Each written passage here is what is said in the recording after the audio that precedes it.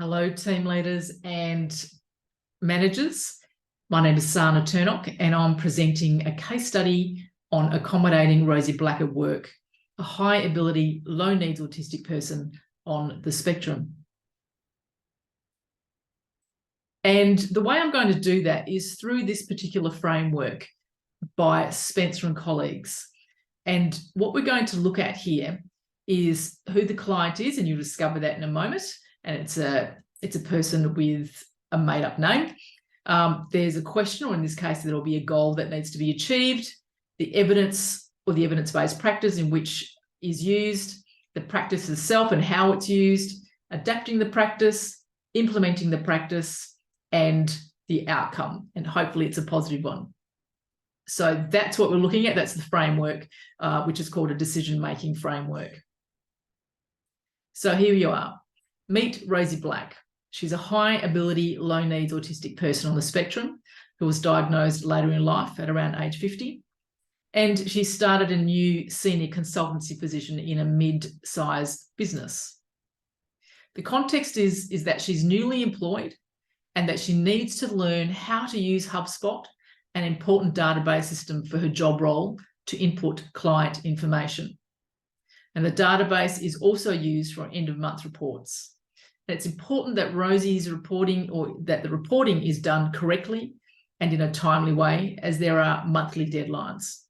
External agencies require the reporting of that data by a specific time each month. And Rosie's executive processing skills require her to learn in a way that combines lists, personal notes and visuals, and being shown by someone in the first instance, not through reading text or watching a training video. So Rosie's goal. She's needing to learn how to navigate HubSpot as soon as possible, as it's a key tool used for Rosie's role and for the whole workplace. And this goal was identified by both Rosie and the line manager and is viewed as a priority. Who's involved in helping Rosie achieve her goal? Well, obviously you've got Rosie, her line manager, and then you've got the staff member. So this staff member is going to be the colleague that sits beside Rosie and goes through HubSpot and instructs her and coaches her through it. Now, Rosie doesn't want the administrative staff member to know that she's autistic, and she's requested this from her line manager, who has agreed not to share that information. Now, in order for a collaboration to be successful, you have certain elements. These include respect, skills, communication, equality, commitment, and trust. And these come from the research done by Blue, Banning and colleagues. And I'll talk a little bit more about that a little bit later, but I just wanted to identify those now.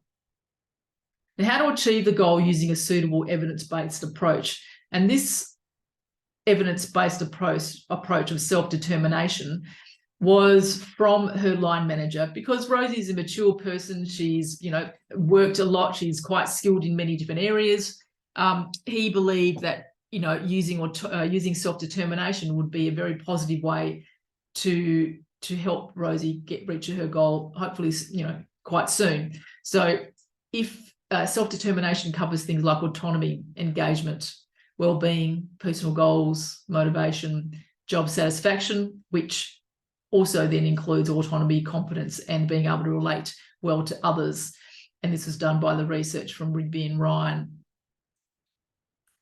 Now, the evidence-based practice, if you remember through that framework, we're now up to which practice was used. This is task analysis, and that's the main support used, as well as visual support.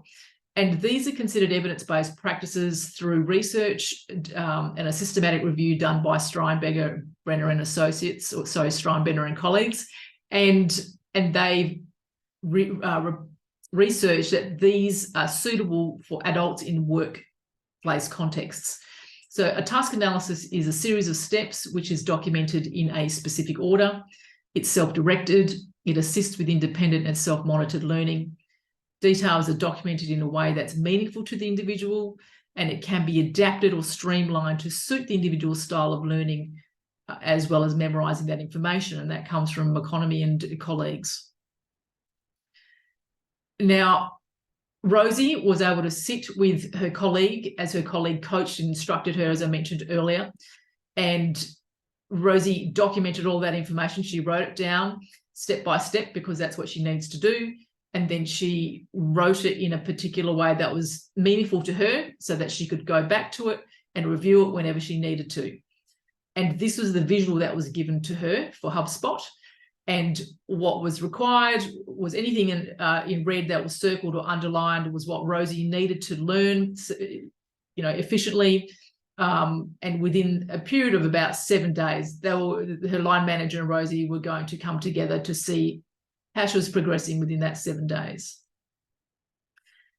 Considerations for a successful outcome. This is also known as social validity. And what we need to consider is looking at choosing an evidence-based practice which will benefit Rosie, not just the task. Now, Rosie selected this because she was onto her autism, and her line manager was led by her and was happy to be led by Rosie's decision. Then there's the element of cost effectiveness. It needs to be, a reasonable adjustment and also cost effective to the organisation. Also, how long it would take for Rosie to achieve the goal. Fitting in and blending in, that would be important for Rosie. The natural context with task analysis, how suitable is it in the workplace and also for her duties, and in this case it's very suitable. Also looking at behavioural change, does it invite competence and confidence, and in this case I believe it certainly does. And this information comes from Callahan and colleagues. Then you also need to look at adaptations of evidence-based practice in different contexts. Can task analysis, for example, be adapted in different duties or using different duties? And the answer to that would be yes. It is very simple practice to use, and it can be used anywhere, anytime.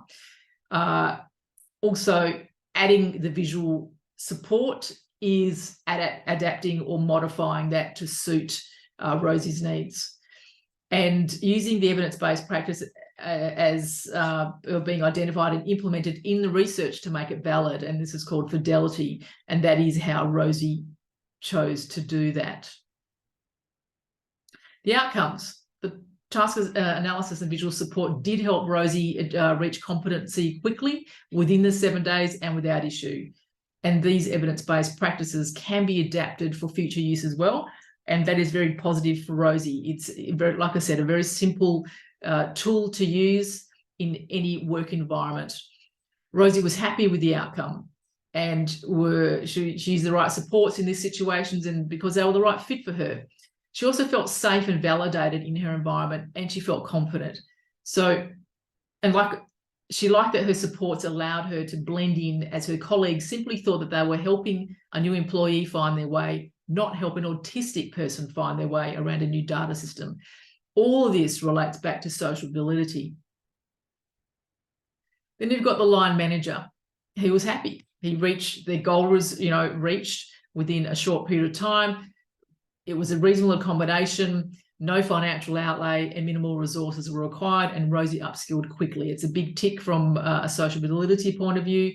Her line manager, I believe, was astute in selecting self-determination as the approach to encourage Rose to achieve the goal, and he observed that there was an increase in Rosie's confidence. She was more engaged with staff.